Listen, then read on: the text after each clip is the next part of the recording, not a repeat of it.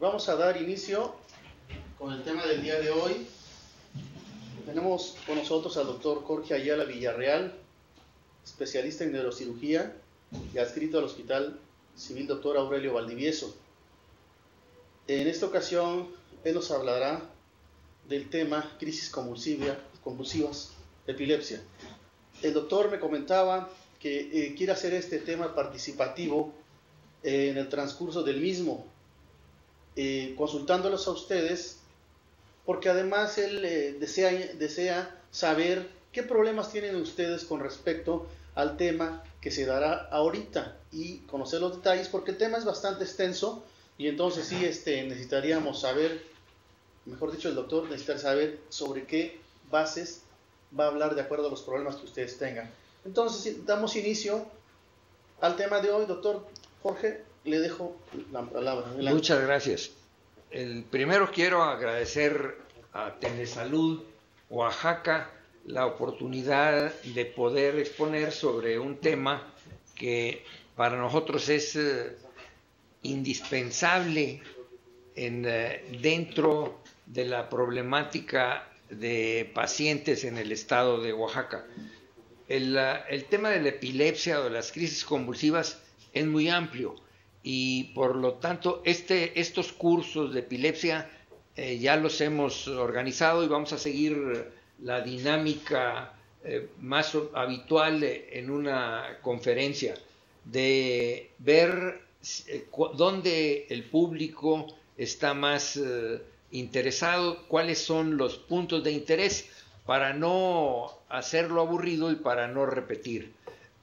Tengo entendido que cuando menos hay 3 o 4 centros donde están el personal médico interesado en conocer sobre el tema de la epilepsia.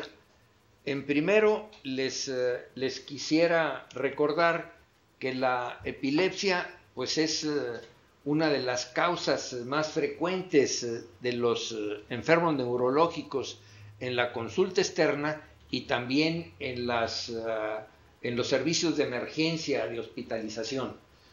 En todo el mundo existen ya estadísticas sobre la frecuencia. La epilepsia se considera prácticamente como una enfermedad cuando después de haberse presentado las primeras crisis empiezan a repetirse. Es una descarga neuronal de un foco del cerebro, o sea, de una parte del cerebro, y que se hace en sí el padecimiento principal. Desde luego, el concepto de epilepsia viene algo que ha estado sucediendo en los últimos 15 o 20 años, de que en la mayoría de las epilepsias encontramos la causa con los nuevos estudios de imagen y electroencefalográficos, de manera que las epilepsias, la mayoría en la actualidad se consideran secundarias a una lesión que ocurrió antes en el periodo de desarrollo o durante el curso del nacimiento o en los primeros años de la infancia. Posteriormente, las epilepsias secundarias cambian en cuanto a su origen, pero sigue siendo lo que se llama epilepsia secundaria, es decir, que depende de una lesión cerebral previa y que en la actualidad el problema del paciente y del médico, por supuesto, que deberá controlar es que no le sigan las crisis que en un momento dado van a poner en riesgo la vida o la actividad del paciente. Entonces, yo les voy a pedir que me interrumpan cuantas veces sea necesario o me señalen por dónde estarían los problemas que ustedes enfrentan y lo que quisieran saber.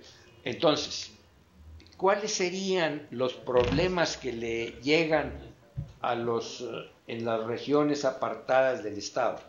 Pues generalmente vamos a dividirlo por edades. La mayor parte de las epilepsias O sea, 2/3 de los pacientes epilépticos se inician en la infancia. Y en la infancia, en nuestras comunidades, el problema son el desarrollo embrionario y los partos. Los partos que tienen complicaciones, donde sufre hipoxia, donde hay aspiración de meconio, donde hay partos difíciles con circulares de cordón o con problemas congénitos del mismo paciente o problemas de la madre, preeclampsia, diabetes, todo esto nos hace que la epilepsia aumente en una forma muy significativa.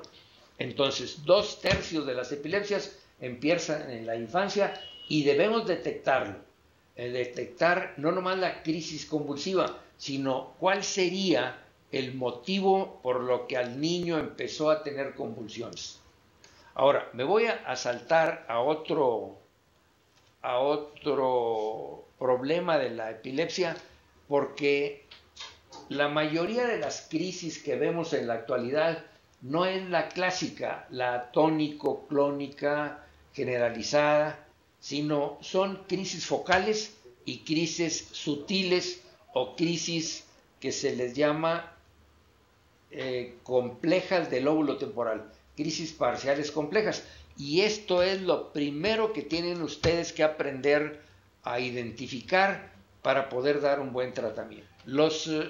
En relación con manejo, y esto nosotros lo ponemos casi al último, pues son los medicamentos antiepilépticos, además de las medidas generales de higiene que deben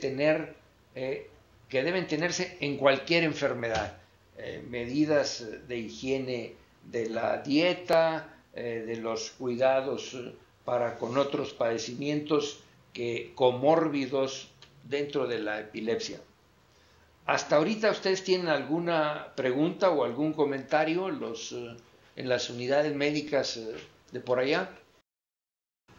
Queremos saber saber la nueva clasificación. Bueno, muy bien. Que existe sobre epilepsia. Exactamente. Para empezar, vamos a adelantarla. La nueva clasificación, y que, por cierto, en estos últimos 2 años se están reuniendo el comité de expertos y las nuevas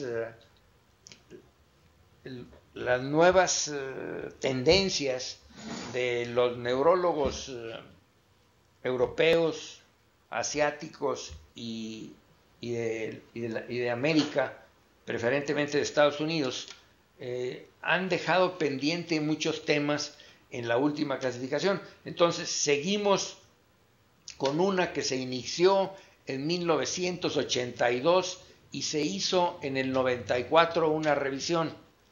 Y en estas, en términos generales, se cambió vamos a ver, hay clasificación en cuanto a la edad, hay clasificación en cuanto a las causas, hay clasificación en cuanto a las etiologías.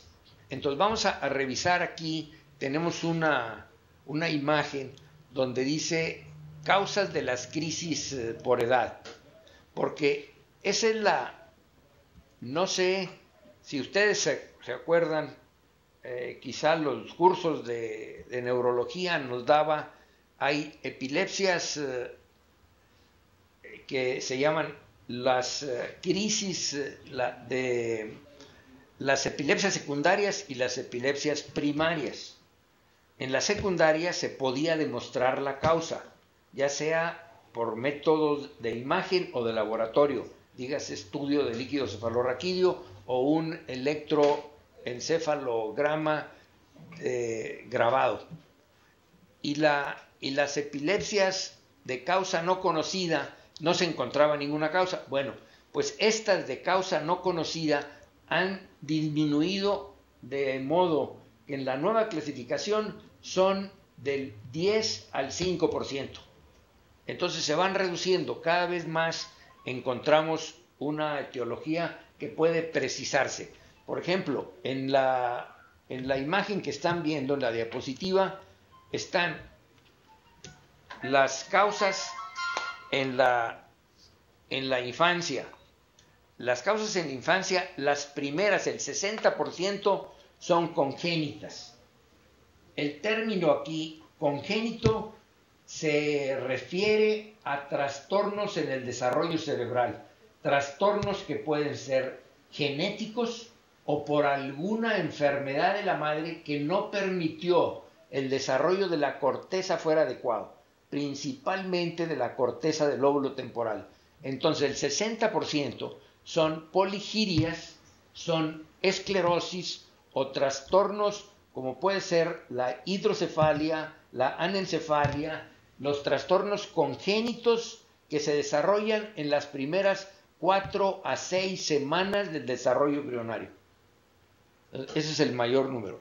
Después, el trauma obstétrico ocupa un 30% de los casos. Posteriormente, las infecciones. Aquí ven, de los niños del 0 a los 14 meses, congénitas, trauma, infecciones y luego ya tumores y problemas vasculares o degenerativos. Entonces, estos primeros tres ya son cerca del 90%. Congénitos, trauma e infección. Trauma y infección se refiere a cuidados perinatales, o sea, la atención del parto, que eso es lo presente, lo que nosotros vemos en nuestras comunidades, que son partos distóxicos que no dieron tiempo a canalizarlos a un lugar adecuado, que las atendió la comadrona y se atoraron o tenían circular de cordón o un prolapso, o una placenta previa o una placenta increta, tenían problemas y dieron trastornos de isquemia y de hipoxia neonatal, que son una de las causas del 30% de las causas de que los niños tengan epilepsia. Luego, la segunda la edad en que vuelve a presentarse otra vez, hace un pico a las crisis convulsivas, o sea, la epilepsia, es en la adolescencia y en el adulto joven. Y aquí, otra vez, las congénitas, que a veces no se presentaron las crisis en el niño, pero se empezaron a presentar en el adolescente. Luego, el trauma, que en nuestro medio, en el medio citadino de Oaxaca y sus ciudades, que no son muy grandes, pero el número uno son los accidentes. Son accidentes automovilísticos, accidentes en el trabajo, accidentes en los deportes o riñas, los que dan el primer lugar de las epilepsias en nuestros jóvenes, en la edad activa. Posteriormente hay también infecciones y hay problemas degenerativos o vasculares en un grado un poco menor. Después, en el adulto joven, es una variedad de etiologías donde las infecciones, sobre todo las virales, las respiratorias, ocupan un primer lugar. Y luego, con el cambio de la epidemiología, se nos hace en el adulto mayor de 65 años, otra vez la epilepsia empieza a ser uno de los problemas frecuentes de los viejos, y aquí entran los problemas degenerativos, vasculares e infecciosos. O sea, en el adulto mayor hay un repunte de las crisis convulsivas. Entonces, esta es una clasificación de acuerdo con la edad. Vamos a pasarles, hasta ahí quedó más o menos claro que la edad es un término muy importante para la etiología y también para el manejo. El manejo de los anticonvulsivos, de los medicamentos antiepilépticos y de los coadyuvantes que favorecen la actividad de los medicamentos antiepilépticos van a variar de acuerdo con la edad del paciente. Esta es la clasificación que viene de la internacional, donde voy a decirles los puntos que a mí me parecen más importantes. Esta es una clasificación simplificada, porque en cada edad se va dando un estudio cada vez más preciso si el problema es degenerativo, metabólico, si es genético, si es hormonal, si es de alguna lesión perinatal. Entonces, aquí el punto clave es que son 3 las clases de epilepsia en la clasificación internacional: la crisis parcial o focal, la crisis generalizada y la crisis no clasificada. En términos generales, estas 2 primeras, parcial y generalizada, han sido las que abarcan la mayoría de las epilepsias en el niño, ya hablando de preescolar, escolar, adolescente, adulto joven, adulto joven, adulto mayor. Entonces, crisis parciales y crisis generalizadas. ¿Qué son las crisis parciales? Las crisis parciales, que cada vez son las más importantes, más que las generalizadas. La mayor parte de nuestros pacientes las presentan las que se llaman crisis parciales simples y crisis parciales complejas, esas 2. Y esas crisis parciales simples se manifiestan por descargas que, de acuerdo con la localización cerebral, van a ser sus manifestaciones. ¿Qué significa esto? Que si están en el área motora, me van a dar manifestaciones motoras, es decir, movimientos de la mano, de la cara, de la pierna, de los músculos. Se refiere a parcial motora porque están en el área motora. Si están un poco más atrás, en el área sensitiva o parietal, me va a dar manifestaciones, o sea, las crisis se van a caracterizar por parestesias, por disestesias, o sea, sensaciones de dolor, de hormigueo, en el lugar, en la extremidad o la parte del cuerpo que esté afectada o que esté localizada en la corteza cerebral. Esas son crisis parciales simples, motoras, sensitivas, pueden ser también olfatorias, visuales, auditivas. Es decir, hay una variedad de acuerdo con el lóbulo del cerebro donde empiecen las crisis, que esté irritado por una cicatriz, por un cisticerco, por una inflamación bacteriana o por algún otro proceso degenerativo o vascular. Y luego vienen las crisis parciales complejas. ¿Qué quiere decir crisis parciales complejas? Estas se relacionan con la actividad del lóbulo temporal, en lo que la mayor parte de los neurólogos y de los médicos le llaman la conciencia, el estado de conciencia, y se refiere al estado de darme cuenta, de estar enterado de lo que pasa alrededor. Entonces, las crisis parciales complejas son las que alteran la conciencia del paciente y esto es la crisis. Puede generalizarse, entonces se llama una crisis parcial compleja, secundariamente generalizada o secundariamente motora o sensitiva o que tenga algún otro componente de la función de la corteza. Pero siendo más crisis donde me desconecto desde el punto de vista de darme cuenta, se llama crisis parciales complejas. Entonces, estas 2 son las que más vemos en la consulta, pero unas de ellas, más de la mitad, de empezar con una crisis parcial simple o una crisis parcial compleja, el 60% son secundariamente generalizadas. Quiere decir que me empezó por un trastorno en el entorno de alrededor y después se me convierte en una crisis con movimientos tónico-clónicos generalizados, con caída, con mordedura de lengua, con apertura de los ojos, con desviación de los ojos hacia arriba, ya de acuerdo por dónde esté la descarga eléctrica de las neuronas que están mandando a todo el sistema nervioso central.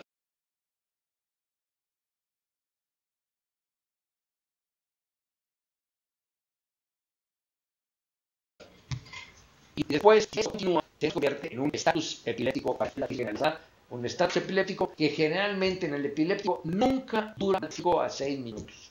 En el epiléptico, si dura más, ya el problema de la convulsión no es una epilepsia, sino es una crisis secundaria, hemorragia cerebral, a una hipoxia, a un envenenamiento, a un virus, a otra patología que ya la epilepsia pasó a segundo término, y vamos a ver qué le está pasando al cerebro para que esté descargando sus neuronas. Está sufriendo mucho, está teniendo una crisis de daño, de hipoxia, de anoxia, una cosa generalizada. Si no, las crisis epilépticas, para que se mantenga el diagnóstico, no duran más de 5 o 6 minutos. Que se les quede grabado. Y después vienen las crisis que desde un principio son generalizadas, y esas ya son bien conocidas: las crisis de ausencia, las de ausencia típicas de la infancia, las mioclónicas, las clónicas, las tónicas, las tónico-clónicas, las atónicas, las infantiles, y hay otras mixtas o con variantes. Estas crisis generalizadas son las que se conocieron anteriormente en la otra clasificación como gran mal. El gran mal epiléptico, que empezaba con un grito, posteriormente era una apnea, una pérdida del estado de alerta, una caída brusca con un golpe en la cabeza, y empezar a mover en forma tónico-clónica las 4 extremidades, con los ojos abiertos, con trismus y con la cabeza dirigida hacia atrás. De esto hay variantes, pero esta era la más descrita en los libros clásicos de neurología, y que se ve, pero ya no con la frecuencia con la que anteriormente se observaba. Bueno, hasta ahorita, ¿cómo andan las unidades? ¿Algún comentario? Loxicha, ¿qué nos dice Loxicha? ¿Qué se les ocurre como interesante o como que pueda tener utilidad para ustedes?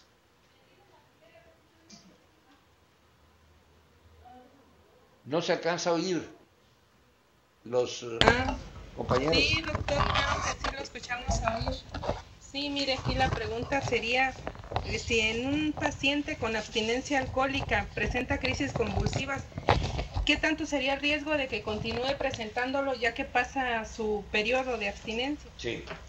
En el paciente con abstinencia alcohólica, los mecanismos más frecuentes de que presente crisis convulsivas es por trastornos electrolíticos, por componentes metabólicos de hipoglicemia, o puede tener también hiponatremia o hipernatremia si tuvo muchos vómitos, o cuáles fueron sus condiciones metabólicas antes. Pero la crisis convulsiva en el alcohólico es una cosa grave. Amerita hospitalización, amerita darle tratamiento prácticamente como si fuera un estatus epiléptico. Es decir, ustedes tienen que atenuarlas, tienen que quitar esas crisis.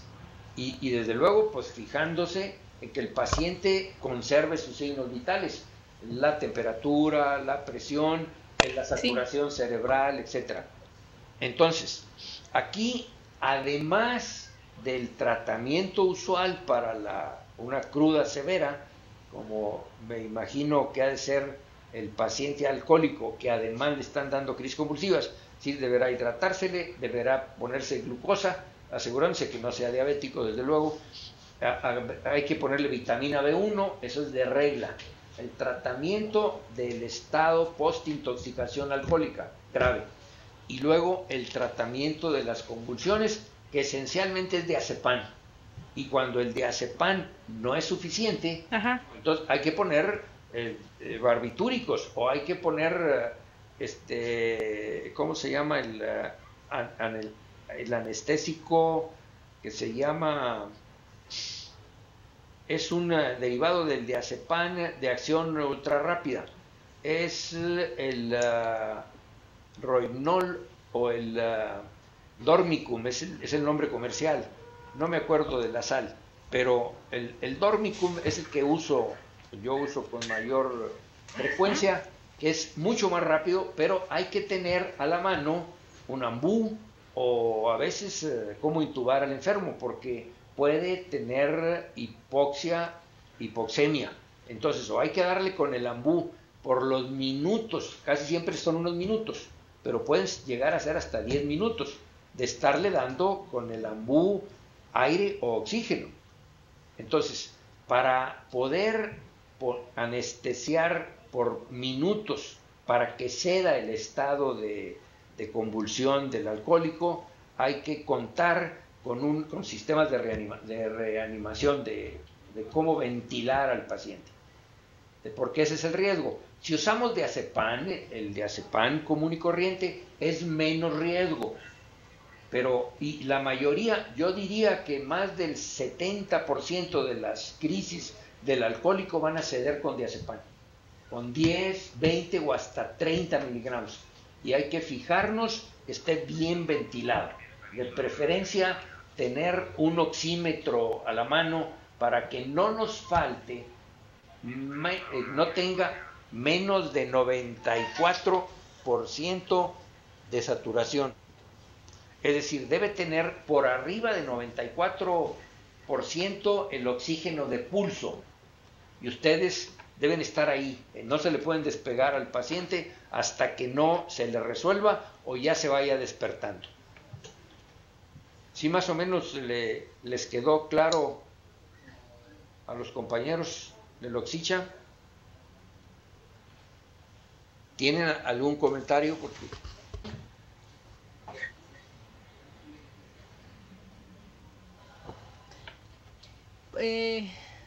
o podían decirme el caso, no, doctor, por ahorita no. El caso que han visto, ¿cuál fue el paciente que vieron o los pacientes que presentó convulsiones y era un alcohólico? No, bueno, eso fue hace algún tiempo, de un paciente que estaba en abstinencia alcohólica y llega y lo llevan porque ha convulsionado.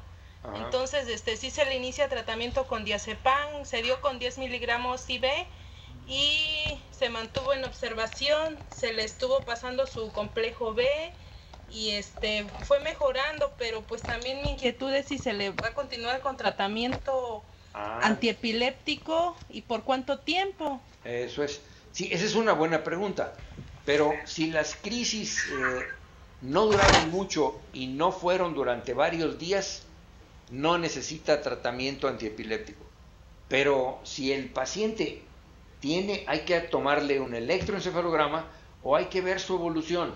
En general, si es nomás el alcohol, la hipoglicemia, el trastorno metabólico básico el que provocó la convulsión, pues no necesita tratamiento. Pero si hay otro factor, si es un viejo, si es un paciente que ha sufrido traumatismos, que ya tiene algún proceso cerebral de daño, entonces sí hay que darle anticonvulsivos y mantenérselos un mínimo de 3 meses. Posteriormente, o según la evolución, o según un electroencefalograma, se le pueden ir quitando poco a poco. Y de los anticonvulsivos, no hay ninguno que sea específico. Pueden usar el que ustedes se sientan más seguros, el que estén impuestos, que conozcan. Puede ser DFH, puede ser fenobarbital, puede ser carbamazepina, puede ser valproato, el que ustedes se sientan más seguros o con el que cuenten con una dosis adecuada, o sea, completa para la edad y el peso del paciente. Pero si les digo, si es un alcohólico que esa fue la única causa, no necesita tratamiento, sino que deje de tomar.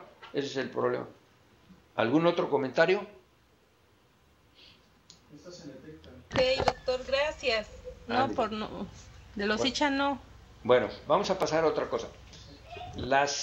Estas son las crisis parciales simples. Fíjense, esta imagen donde se ve la base del cerebro, está señalado unas flechas en la base del lóbulo temporal. Estamos viendo, todo esto es cerebro, la parte de atrás es el cerebelo y lo del medio es el tallo cerebral. Pero esta zona que está señalada aquí con verde es la más epileptógena. Es decir, en la actualidad, en las clínicas de epilepsia, en los hospitales donde se concentran los pacientes neurológicos, la causa más frecuente son lesiones de ese lóbulo, del lóbulo temporal. Entonces, el lóbulo temporal, ahí encontramos principalmente la memoria auditiva, parte de la memoria visual y la memoria de las sensaciones y de las experiencias. Entonces, la mayor parte de los fenómenos de las crisis del lóbulo temporal se llaman crisis parciales complejas, o sea, donde el paciente no se desmaya, pero pierde la conciencia, le llamamos. La conciencia se refiere a que pierde la facultad para darse cuenta de su entorno, para contestar en forma activa, actúa como automáticamente, actúa como si fuera un robot haciendo actividades de rutina y no está al tanto de los estímulos en su totalidad. Entonces, esa es la zona más epileptógena. Nomás para que se les lo recuerden. Y se llaman crisis parciales complejas. Es una descarga neuronal espontánea, descontrolada a un área focal del cerebro, del lóbulo temporal. Hay una unión del lóbulo temporal, están circuitos que hacen conexión con el frontal y con el parietal y el occipital, pero la mayoría, su origen es el lóbulo temporal. Y son las crisis parciales simples cuando provienen del frontal, del parietal y del occipital, y complejas cuando es del temporal. Y pueden ser automatismos como la masticación, el tronar los labios, el tomar un vaso, hacer movimientos automáticos que no necesitamos pensar para realizarlos. Bueno, ojalá que me explique. Estas son las crisis generalizadas, tónicas, clónicas, que se supone una crisis generalizada en forma primaria es la que afectó el tallo cerebral, o sea, bulbo, protuberancia y diencéfalo, la sustancia reticular activante, y dio descargas hacia los dos lados del cerebro. Eso se llaman crisis generalizadas, es la explicación fisiopatológica, y electroencefalográficamente se va a manifestar por alteraciones en todos los segmentos, en todos los electrodos que tiene un electroencefalograma de rutina. Aquí siempre hay pérdida aquí dice la conciencia, pero más bien se refiere al estado de alerta. Es decir, aquí es como si estuviéramos en un estado de coma. Aquí no nos damos cuenta de nada. El paciente no siente, no ve, no oye, no se está moviendo en forma automática, y son las crisis generalizadas. Las ausencias de los niños. Esta es una crisis muy particular, ya bien conocida, que son generalizadas, pero el niño pierde el contacto con el medio externo, pero dura muy poquito. Tiene un electroencefalograma típico y no dura más que décimas de segundo, o cuando mucho 1 o 2 hasta 3 segundos, no más, pero se presentan muchas veces. El niño, la manifestación que da es principalmente trastornos en su desarrollo escolar.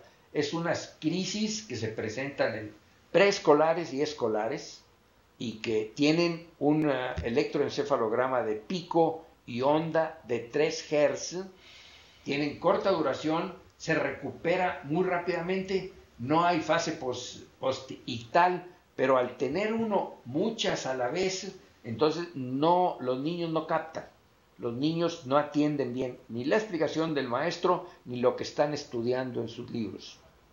Crisis de ausencias, las ausencias de la niñez.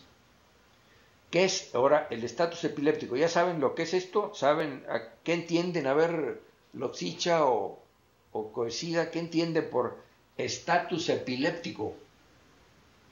¿Se le deja algún comentario? ¿Me escuchas, NT?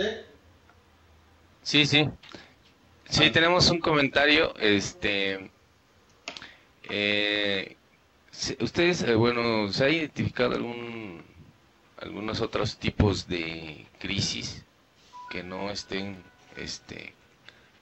clasificadas en las generalizadas y las parciales? Sí, sí están. Inclusive hay un capítulo de las no clasificadas.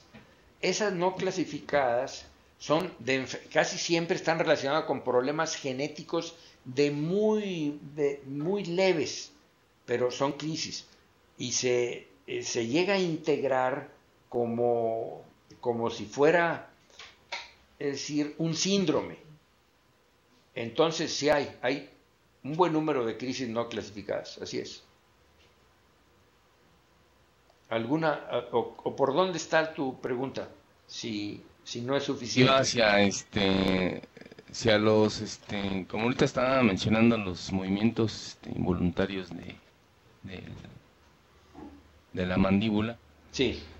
Los tics o los comúnmente conocidos como tics nerviosos, ¿pueden considerarse también? No.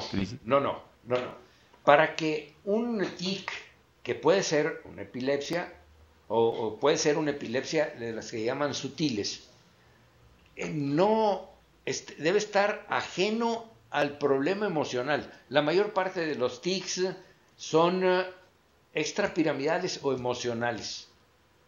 Entonces, si tiene una persona un tic y nosotros estamos dudando de que el origen no sea un trastorno psicológico o psicosomático, tenemos que hacer un electro. Para que un tic se considere epiléptico debe ser por crisis, no relacionado con problemas emocionales, aunque desde luego la epilepsia tiene un contenido emocional importante, pero varía mucho a los tics. Y luego debe tener un electroencefalograma congruente, o sea, un electroencefalograma, sobre todo si le está dando el tic, que tenga una alteración en la corteza. La mayor parte de los tics que vemos común y corriente y que lo tienen, no sé si han visto, pues tantos de los, Calderón tiene sus tics, ¿quién otro tiene tics de los políticos? López Obrador también tiene sus tics, es decir, son frecuentes, son involuntarios, no los quieren hacer, ¿cómo se llama este actor, hombre, muy conocido y que tiene un chorro de tics? El de... Sí. Bueno, los tics son muy frecuentes, ¿eh? Hay gentes que está haciendo gestos o moviendo el hombro o cerrando los ojos o parpadeando. Los tics hay inclusive faringios, hay mucha gente que está aclarando su garganta y es un tic. Esos no están relacionados con la epilepsia, están con trastornos emocionales y que dependen de movimientos extrapiramidales, ¿eh? Y son involuntarios. ¿Sí? ¿Más o menos te quedó claro? Sí, gracias. Otra pregunta también, ¿cómo podríamos diferenciar entre un autismo y lo que es la ausencia pues de conciencia bueno. Y saber que es una crisis? Sí, bueno, el diagnóstico esencialmente es clínico, ¿eh? El autismo es una enfermedad, es un padecimiento que no se conoce todavía a fondo cuál es la fisiopatología, pero sí se conocen los casos y los debemos de diagnosticar desde los primeros meses si queremos tratar de rehabilitar un poco. No tiene cura, ¿eh? Y el síntoma importante para hacer el diagnóstico de autismo es la indiferencia al medio externo, a los estímulos, en pacientes o en niños que están normales y que no se les altera. Mientras ustedes los ven que el niño no hace caso, no le importa, no te pela ni al sonido, ni a la luz, ni a estímulos de tocamiento o de la mamá inclusive. El niño hace lo que él cree, está fuera del medio ambiente y tiene un desarrollo, la mayoría de los autistas, normal. Es decir, se ve un niño sano, puede voltear los ojos, pero a donde él le da la gana, no hace contacto visual. Y puede emitir sonidos, pero no los emite a estímulos. El autismo es una enfermedad bien definida, muy diferente a la epilepsia. Puede haber alguna relación, pero es muy escasa. Es otro problema, ¿eh? Y hay jóvenes y hay adultos autistas también. Ya se llama, es dentro de los que tienen retraso en sus funciones cerebrales superiores, en algunas. Pero se relacionan por poco contacto con el medio, poco contacto social, poco contacto personal. Y hay estudios muy interesantes sobre autismo, pero si les toman ustedes un electroencefalograma o un videoelectro, que es más completo que el puro electro, van a ver que aquí los problemas es de interacción del paciente con el medio alrededor de él, y no son crisis, y no hay alteraciones de tipo descargas neuronales. Puede haber ondas lentas, pero eso no es diagnóstico de epilepsia, es muy diferente. ¿Alguna otra cosa? ¿Algún otro comentario o pregunta? Sí, doctor, acá de la caravana de los Sicha, mire, acá el odontólogo nos comenta que qué riesgos tendría un paciente con epilepsia que va a pasar, supongamos, a una extracción o que tenga que ser anestesiado. Claro. Pues miren, la mayor parte de las anestesias que se usan en odontología, como resulta con muchas de las anestesias locales que usamos todo el tiempo, para heridas o para quitar dolores en una fractura, etcétera, disminuyen el umbral epiléptico. Entonces tiene riesgo de que un paciente en que estemos usando una gilocaína o una gilocaína con epinefrina o con otro de estos que mantienen más tiempo el efecto del anestésico local, o una novocaína, o hay como 4 o 5, todas favorecen las crisis. Pero si el paciente está bien controlado, si el paciente se le da un sedante ligero, una benzodiazepina, cualquiera que sea, con eso se evita. Y si no, pues no tiene por qué tener mayor cosa, porque es lo mismo que que si ustedes tomaran de vez en cuando algo de cocaína o se tomaran hasta un Bull, ¿cómo se llaman esas bebidas? Red Bull puede provocarles una crisis si están predispuestos, si tienen un umbral bajo para tener convulsiones. Todos nosotros podemos tener convulsiones, pero tenemos que tener el estímulo adecuado. Por ejemplo, todo mundo vamos a convulsionar si nos bajan la glucosa a menos de 40. Menos de 40, todo el mundo va a tener convulsiones. Hiperventilando, cuando el pH se modifica tantito, hay un porcentaje, el 50% va a tener convulsiones, nomás con estar respirando, o va a marearse. También la hipotensión, la hipocalcemia. Hay muchos trastornos metabólicos. Entonces, en relación con odontología, al paciente a veces hay que darle un sedante menor, un tranquilizante, o ver que esté tomando sus medicamentos, que esté controlado de su epilepsia y que no se apure, no pasa nada, es igual que cualquier otro. ¿Alguna otra pregunta o comentario? Sí, doctor, está bien. No, de los Sicha no. Bueno. Gracias. Ándele, de nada. Para la gente que no es médica, el manejo de un paciente epiléptico, ¿cuáles son las recomendaciones? Sí. Para la gente que no es médica y le toca presenciar o estar al tanto con un paciente epiléptico, lo más importante es protegerlo, evitar que se vaya a golpear. Ese es el punto número 1, que si la crisis le hizo un movimiento brusco y se puede caer, o si está en una situación de riesgo, o si está nadando, o si está comiendo y se le va una parte de comida. Entonces, protegerlo de trauma. Segundo, ver que su respiración sea lo más buena, lo mejor posible. Pero esto no significa que haya que meterle nada en la boca. Ya se demostró que el puesta de algo entre los dientes no sirve de mucho, porque sirve a uno, pero a otros, a la mayoría los puede lastimar.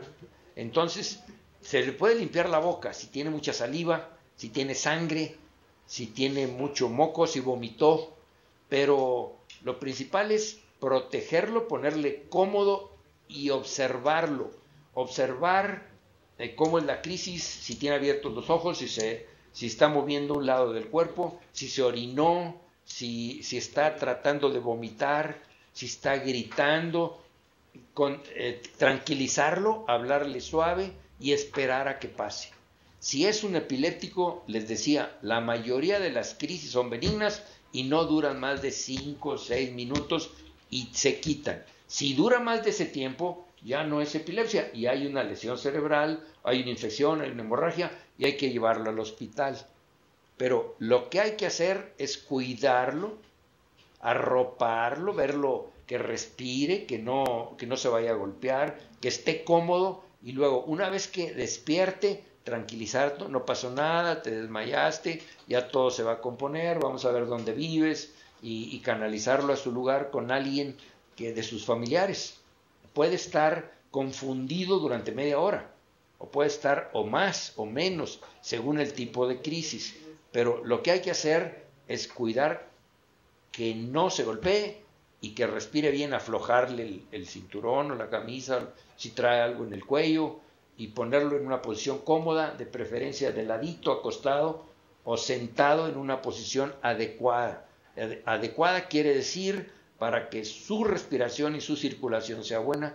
Si le podemos tomar la temperatura, la presión, si los latidos cardíacos, pues eso es de más, pero es cuidarlo como si fuera alguien que ustedes quieren, con atención personal. ¿Sí? ¿Hasta ahí se quedó más o menos claro? ¿Alguna pregunta? ¿Tienen alguna otra cosa que quisieran?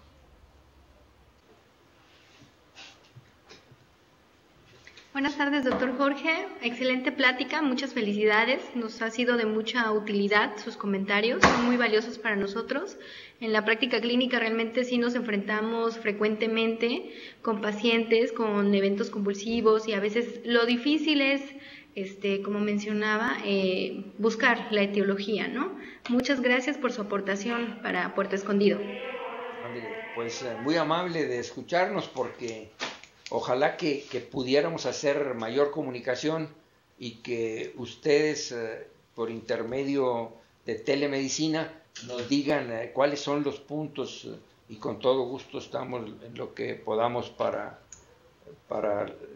aclararles. Hay mucho material que lo tenemos en la Facultad de Medicina y está a disposición de todos los médicos de Oaxaca, ¿no?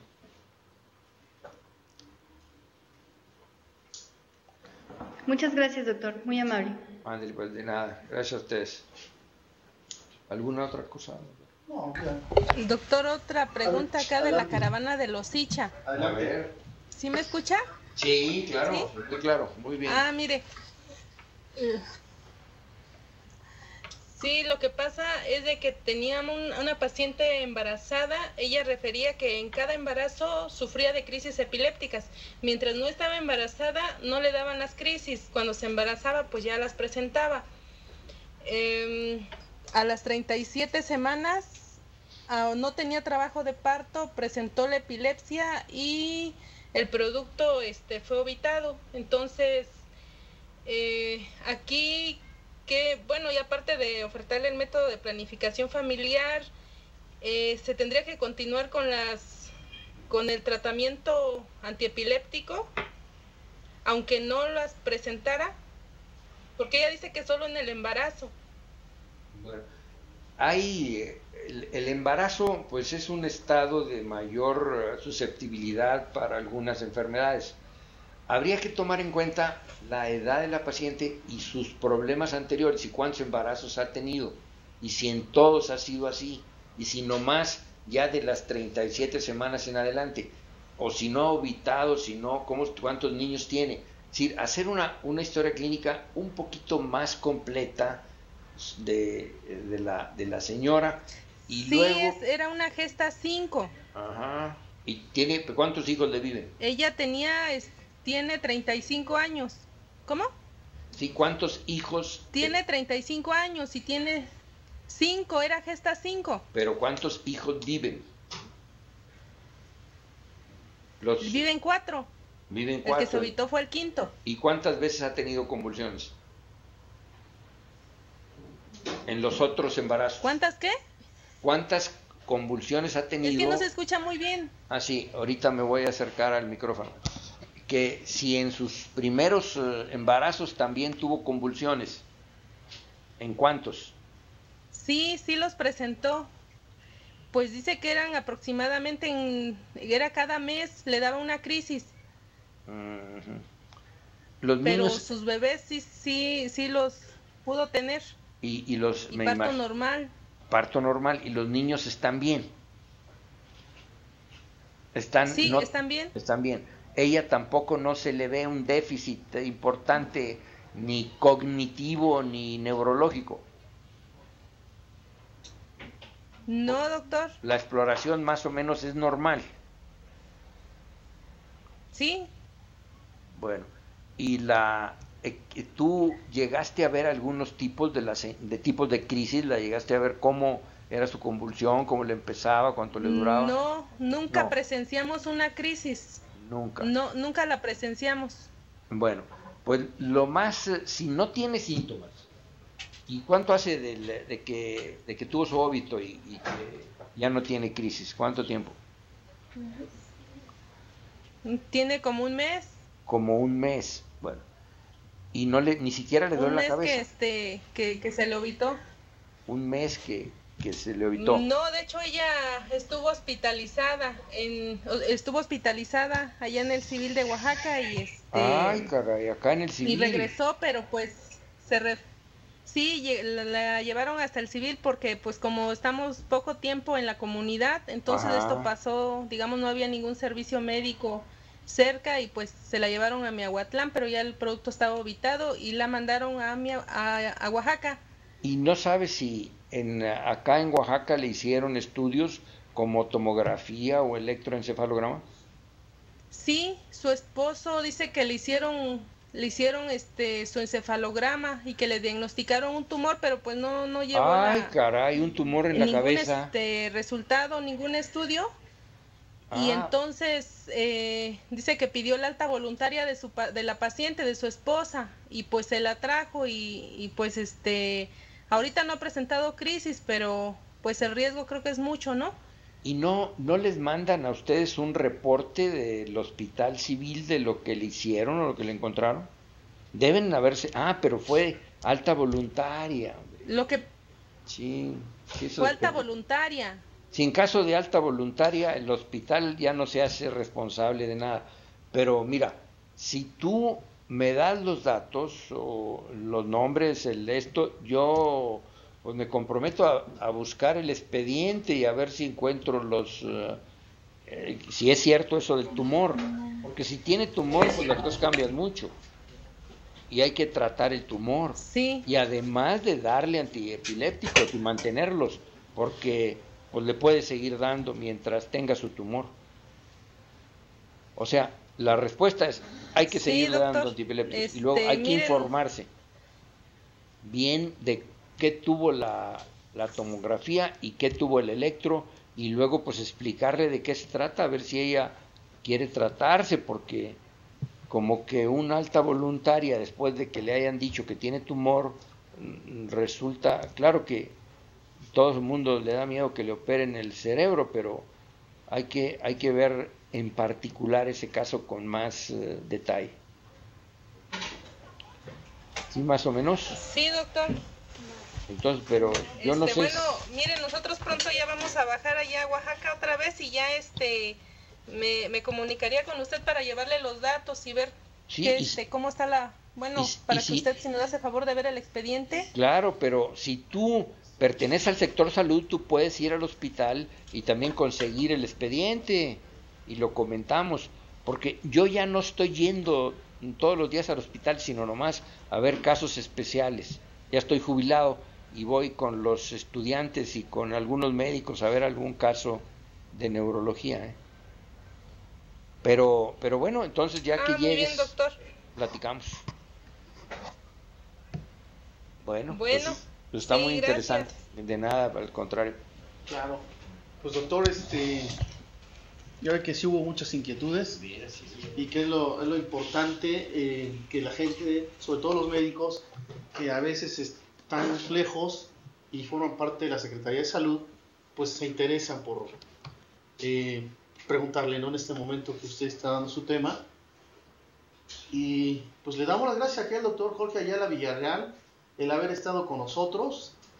Si tuvieran no sé, quisieran consultarlo, pueden venir aquí a Telemedicina y nosotros le llamamos por teléfono y a lo mejor podemos concertar una cita, ¿verdad, doctor? Perfecto. Y entonces se podría hacer ese contacto. Les agradezco a todos los que se conectaron y tuvieron esa inquietud, porque la capacitación, recuerden que esa nunca la debemos dejar. Toda la vida estamos capacitándonos. Doctor, muchas gracias por su participación. Y la Coordinación Estatal de Telemedicina otorga la presente constancia al doctor Jorge Ayala Villarreal por su ponencia en el tema crisis convulsiva, efectuado el día 21 de junio de 2012 en la ciudad de Oaxaca de Juárez, Oaxaca. Atentamente, el Coordinador Estatal de Telemedicina, doctor Gabriel Sáenz Coronado, y su servidor de Telecapacitación y Educación Continua, doctor Alberto López Ibarra. Doctor, muy agradecido, y estamos a sus órdenes, y no va a ser la única vez que esté con nosotros, ¿verdad? Muy amable. Gracias. Hasta luego.